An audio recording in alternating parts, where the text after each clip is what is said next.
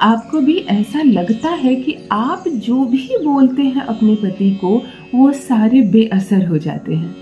आप बहुत प्रेम करती हैं उनसे, बहुत अच्छी अच्छी बातें उनको बताती हैं और धीरे धीरे विश्वास में लेते हैं। वो आपकी बात मानने भी लगता है, आपसे प्रेम करता है और आप दोनों की बॉन्डिंग बहुत अच्छी होती हुई नज़र आती है। लेकिन यह सब सिलसिला बहुत कम समय का होता है और फिर वो समय आता है कि एकदम से वो आपसे दूर हो जाता है।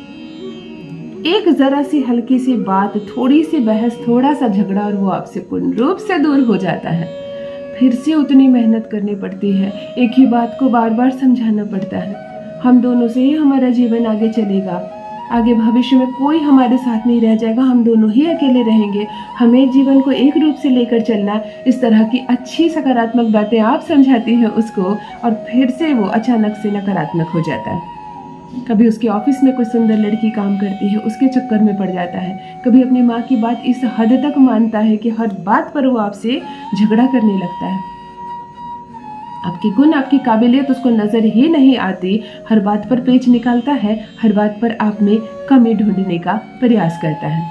क्यों आपको ऐसा लगता है कि जरूर किसी ने कोई किया कराया कर दिया है, कोई जादू टोना कर दिया है, क्योंकि मेरा पति ऐसा नहीं था। आप हमेशा यही सोचते हैं कि मेरा पति ऐसा नहीं था। जब विवाह हुआ था तो यही लड़का आपके आगे पीछे घूमता था, आपकी हर बात मानता था, आपके मायके तक जाता था आपके साथ, वहाँ भी सबका सम्मान करता था। कैसे रिश्तों को लेकर चलना है, कैसे प्रेम से बातें करनी है, कैसे बातों को उलझने नहीं देना है, झगड़े झंझट नहीं थी। फिर ये समय के साथ क्या हो गया? रिश्ते क्यों हर दिन खराब हो रहे हैं? आपकी कही गई हर बात उसको क्यों बुरी लग रही है? कैसे माहौल खराब हो रहा है, सिर्फ झगड़े हो रहे हैं दोनों के बीच और अब तो ऐसा लग रहा है जैसे कि ये रिश्ता पूर्ण रूप से खत्म ही हो जाएगा। सड़क पर लड़ाई प्रारंभ करता है, लड़ते झगड़ते घर आता है, उसे कुछ नहीं पड़ी आपके सम्मान की, आपकी इज्जत की। घर से बाहर आवाज जाती है, मोहल्ले पड़ोसी सुनते हैं, उसे कुछ नहीं पड़ी, कोई सुन रहा है, क्या कर रहा है, वो बस लड़ाई झगड़े कर रहा है। आपको बदनाम करने के लिए, आपका नाम खराब करने के लिए आपके मायके भी फोन कर देता है। आपके पिता को, आपको भाई को न जाने कितनी बार बुलाया गया है। आपकी परवरिश पर उंगली उठाता है, आपकी पढ़ाई लिखाई शिक्षा दीक्षा पर उंगली उठाता है। आपको लगता है कि मैं किसी लड़के के साथ बंध गई, मेरी शादी किसके साथ हो गई, क्यों हो गई? परंतु हो गई, अब क्या करना है? जब रिश्ते दिन प्रतिदिन खराब होने लगे और दम घुटने लगे इस रिलेशनशिप में, अब आपका रहने का मन नहीं करता उसके साथ। वो क्या छोड़ेगा आपको? आपकी इच्छा होती है कि आप ही छोड़ दें उसको। तब ऐसी परिस्थिति में आज का प्रयोग आपके लिए, जब आप इस रिश्ते को एक मौका और देना चाहती हैं। आप मायके जाती हैं, फोन कॉल नहीं करता, मिलने नहीं आता, बातें नहीं करता, यहाँ तक कि लेने नहीं आता है। कई बार ऐसा हुआ, आपके भाई पहुंचा तो देते हैं आपको फिर से, परंतु वो सम्मान नहीं मिल पाता है। आपको समझ में नहीं आता कि सबका रिश्ता ठीक चल रहा है, फिर मेरे साथ ऐसा क्यों हो रहा है?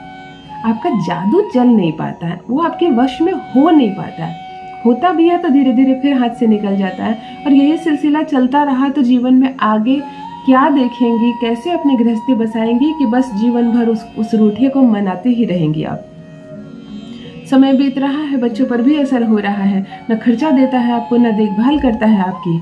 तुम्हें छोड़ दूंगा, तुमसे तलाक ले लूंगा, तुम्हारे साथ नहीं रहना, ऐसे कहकर तुम्हारी एक भी बात नहीं मानता। तब आज का प्रयोग आपके लिए। जान लीजिए प्रथम मैं कौन हूँ। नमस्कार दोस्तों, मैं हूँ खुशबू सिंह। बहुत स्वागत, बहुत अभिनंदन करती हूँ आप सबका अपने YouTube चैनल ज्योतिष ज्ञान में। कैसे हैं आप और घर में सब कैसे हैं? मेरे कमेंट सेक्शन में जय माता दी, हर हर महादेव अवश्य लिखें, अपनी खैरियत मुझे जरूर बताएं। पढ़ती हूँ हाथ की रेखाएं, पढ़ती हूँ जन्म कुंडली और आप कुछ न कहें तो आपका चेहरा भी पढ़ लेती हूँ। करम है, कृपा है ऊपर वाले की, प्रेम है आप सबका। जुड़िए ज्योतिष ज्ञान चैनल से। जो भी नए भाई बहन चैनल पर पहली बार आए हो, मेरे वीडियो को पहली बार देख रहे हो, मुझसे प्रथम बार मिल रहे हो, चैनल को सब्सक्राइब करें, इस परिवार का हिस्सा बनिए। रिश्ता नहीं टूटेगा, घबराना नहीं है, डरना नहीं है, कोई रिश्ता नहीं टूटने दूंगी। विगत 15 वर्षों से यही सफल प्रयास कर रही हूँ कि ज्योतिष ज्ञान प्लेटफॉर्म के माध्यम से किसी का तलाक ना हो, किसी का घर ना टूटे। और आपकी सफलता के, आपके प्रेम के अनगिनत मैसेजेस मेरे पास आ रहे हैं। आप धन्यवाद लिखती हैं, मेरा मन गदगद हो जाता है। चलो, एक घर और बचा। रिश्ता नहीं बदलना, पति नहीं बदलना, पत्नी नहीं बदलनी। एक बार जोड़ी लग गई तो लग गई, और जो चीज़ उलझ गई है, जो चीज़ खराब हो रही है, चलो उसे सुलझाते हैं, चलो उसे सुधारते हैं। डरना नहीं है। आज मैं कहती हूँ उसके नाम की एक ताबीज बनाना, ताबीज जो गले में पहनी जाती है, लॉकेट, और उसे जला देना। वो समस्त चीजें जो तुम दोनों के बीच आ रही हैं बाधा बनके, परेशानी बनके, तुम दोनों के रिश्ते को खराब कर रही है, तुम दोनों के प्रेम के, विश्वास के बीच में आ रही है, वो समस्त चीजें जलकर खाक हो जाएगी। इतना अद्भुत यह प्रयोग है, आज तक विफल नहीं हुआ है, परंतु चुपचाप करना है, किसी से साझा नहीं करनी ये बात, किसी को नहीं बतानी है, करने से पहले भी नहीं बतानी है, करने के दौरान नहीं बतानी है, और करने के साल भर के बाद भी नहीं बतानी है। ये बात करना, ये उपाय करना और हमेशा के लिए भूल जाना। ठीक है? किन चीजों की आवश्यकता है ध्यान से सुनो। एक पात्र ले लेना, पहले इन चीजों को व्यवस्था कर लो। एक पति की तस्वीर चाहिए, 3 वर्ष से ज्यादा पुरानी नहीं चाहिए। तस्वीर में मुंह में कपड़ा बंधा हुआ हो या चश्मा लगी हुई हो, टोपी से ढकी चेहरा, ये सब नहीं चलेगा। बिल्कुल फ्रेश, आंखें साफ दिख रही हो, ऐसी तस्वीर लेना। वशीकरण में वैसे भी जिस तस्वीर की प्रयोग किया जाता है उसमें चेहरा बहुत साफ होना चाहिए और अभी करंट की पिक्चर होनी चाहिए। 3 साल तक की पुराने की चलेगी, उसके बाद चेहरे में थोड़ा सा बदलाव आ जाता है। एक करंट फोटो ले लेना पति की, एक चुटकी भर ऐसे ऐसे उठाकर एक चुटकी भर पीला सरसों उसी पात्र पर रख देना। 2 लौंग लेनी है तुम्हें, उसी पात्र पर रख देना। 1 कपूर की टिकिया लेनी है तुम्हें, उसी पात्र पर रख देना। अब तुम्हें लेने हैं 7 दाने गेहूं के, गेहूं जिसका आटा पीसा जाता है, 7 दाने गेहूं के लेने हैं और इसी चीज पर रख देना। बस तुम्हें इतनी ही चीजें लेनी है।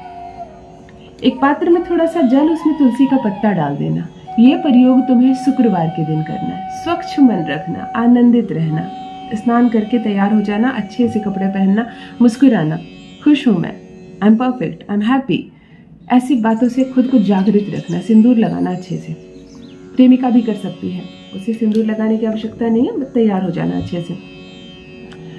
एक पात्र में तुलसी का पत्ता डालकर, एक तुलसी का पत्ता डालकर जल सामने रख देना और इन चीजों को अपने सामने लेकर बैठ जाना। जलाने के लिए एक माचिस या लाइटर लेकर बैठ जाना। प्रथम तो अनुभूति करना अपने पति की, खूब अच्छे से उसे देखने का प्रयास करना, अनुभूति करना। वो दिखने लगेगा, उसकी आवाज सुनाई देने लगेगी, ऐसा लगेगा जैसे मैं मानो वो बगल में ही बैठा हो।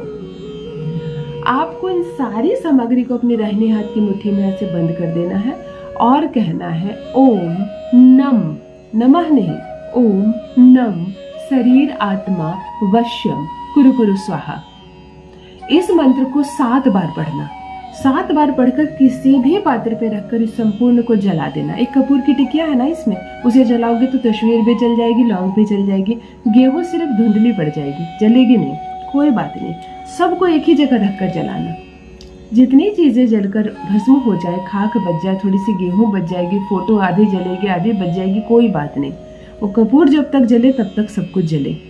इतना जलाने के बाद इन समस्त चीजों को एक ताबीज में भर देना। एक ताबीज मार्केट से ले आना, प्लेन से ताबीज मिलती है, भर देना और एक काले रंग का धागा पिरो देना। इसे गले में नहीं पहनना तुम्हें।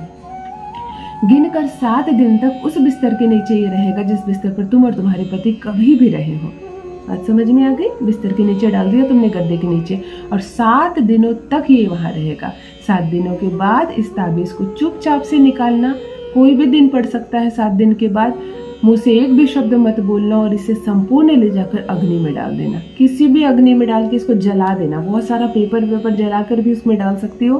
कहीं कोई चूल्हा हो, किसी होटल का चूल्हा वाला दिख रहा हो, वहां डाल सकती हो।